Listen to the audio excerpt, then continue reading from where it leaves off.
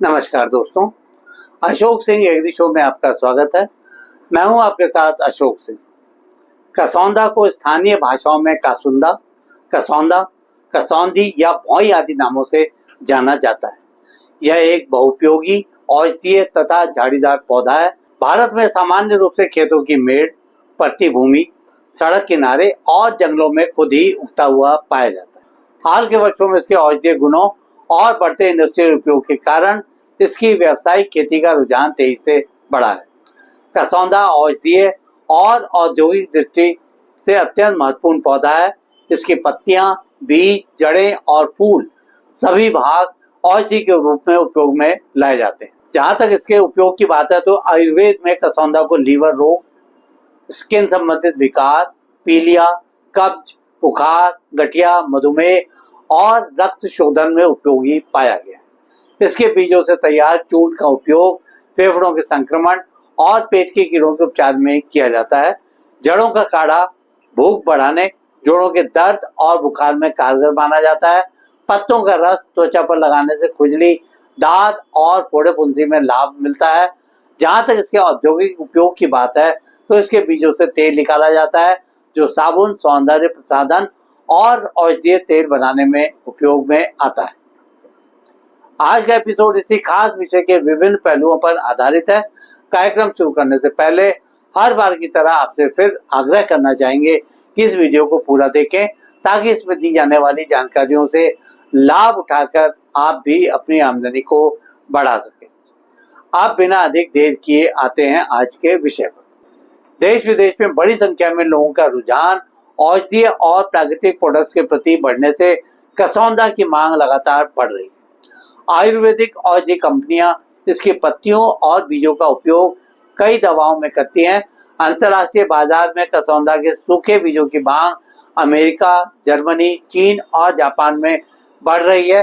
प्राकृतिक हर्बल उत्पादों और डिटॉक्स औषधियों की बढ़ती लोकप्रियता ने इसके निर्यात मूल्य में उल्लेखनीय वृद्धि की है। कसौंधा से कई तरह के प्रोसेस प्रोडक्ट तैयार किए जाते हैं जैसे कसौंधा पाउडर, हर्बल चाय मिश्रण, कसौंधा अर्क, तेल और कैप्सूल, साबुन और हर्बल क्रीम आदि। विश्व स्तर पर इसका उपयोग मुख्य रूप से हर्बल औषधियों, नेचुरल सप्लीमेंट और कॉस्मेटिक में किया जाता है। अफ्रीका, दक्षिण अमेरिका, ब्राजील और इंडोनेशिया में इसकी खेती लगातार बढ़ती हुई देखी जा सकती है।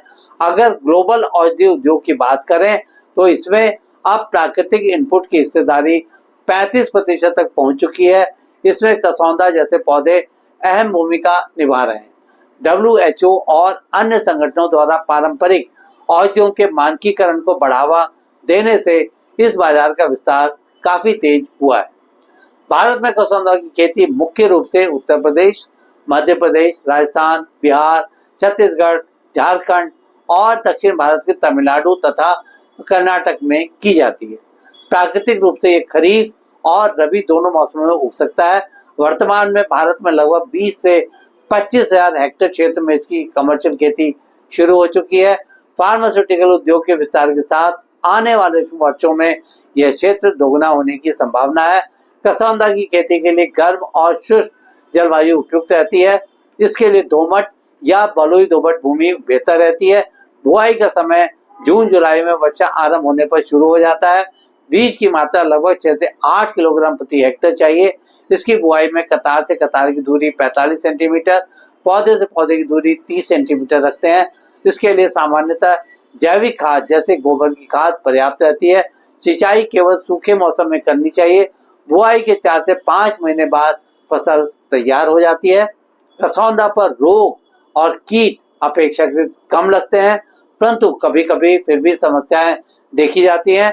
इस पर पत्ती झुलसा, लीफ ब्लाइट का प्रकोप होने पर कॉपर ऑक्सीक्लोराइड का 0.3% घोल छिड़काव करना प्रभावित रहता है। एफिड और जायदार कीट की रोकथाम नीम तेल को पानी में मिलाकर छिड़काव करने से की जा सकती है। फफूंदी रोग का नियंत्रण ट्राइकोडर्मा के जैविक उपचार से किया जा सकता है।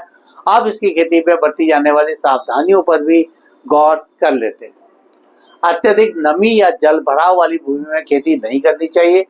बीज बोने से पहले 2 ग्राम ट्राइकोडर्मा विरिडी से उपचार करना चाहिए। खरपतवार नियंत्रण के लिए समय समय पर गुड़ाई करनी चाहिए। फसल को परिपक्व होने पर ही काटें ताकि औषधीय गुण सुरक्षित रहें। इसकी कटाई के बाद सही प्रबंधन भी जरूरी है। पत्तियां और बीज अलग अलग चरणों में काटे जाते हैं। सुखाने के लिए छाया वाली जगह पर फैलाकर सुखाएं ताकि रंग और सक्रिय तत्व सुरक्षित रहें। सूखने के बाद इन्हें वायु रोधी पैकिंग में रखकर सुरक्षित कर लेना चाहिए। कसौंधा के बीजों को सूखी, ठंडी और हवादार जगह पर संग्रहित करना चाहिए। बोरी या एयरटाइट पैक में रखने से गुणवत्ता बनी रहती है।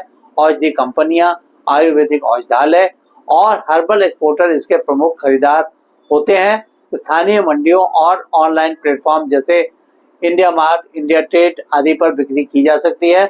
कसौंधा की कुछ उन्नत स्थानीय किस्में विकसित की गई हैं। COC 1 जिसे तमिलनाडु एग्रीकल्चर यूनिवर्सिटी द्वारा विकसित किया गया है, यह किस्म अधिक उपज देने के साथ रोग प्रतिरोधी भी है। RAUKS 2 जो बिहार में विकसित की गई है, यह किस्म औषधीय तत्वों की उचित मात्रा वाली किस्म है। NPK 05 मध्य प्रदेश में विकसित यह किस्म सूखा सहनशील किस्म है। इस पर जारी अनुसंधान उपलब्धियों पर भी बात कर लेते हैं। ICAR और राष्ट्रीय औषधि पादप बोर्ड ने इसके औषधीय उपयोग और जैव सक्रिय तत्वों पर कई अध्ययन किए हैं।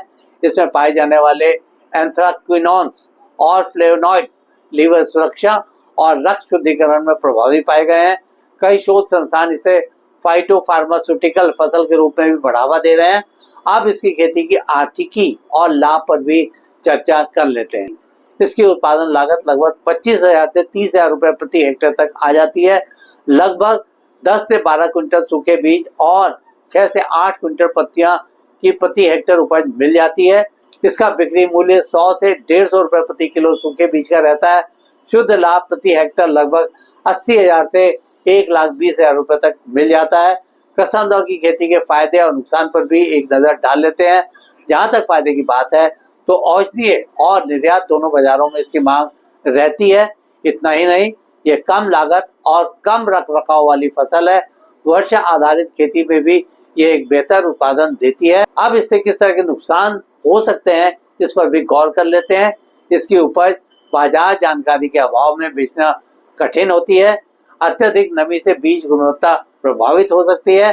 अंत में चलते चलते किसान भाइयों के लिए कुछ व्यवहारिक टिप्स। औषधीय फसल रजिस्ट्रेशन के लिए NMPB या आयुष के मार्गदर्शन में कसौंधा की खेती करनी चाहिए। बीज और पत्तियां प्रमाणित एजेंसी को बेचनी चाहिए। जैविक पद्धति अपनाने से निर्यात योग्यता बढ़ती है। फसल चक्र में कसौंधा को दलहनी या तिलहनी फसलों के साथ शामिल कर सकते हैं। आज के एपिसोड में बस इतना ही दोस्तों। कल एक नए विषय पर चर्चा करने के लिए दोबारा इसी समय पर हाजिर होंगे। दोस्तों, अगर आपको ये वीडियो पसंद आया हो तो इसे लाइक करें, शेयर करें और हमारे चैनल को सब्सक्राइब करना ना भूलें।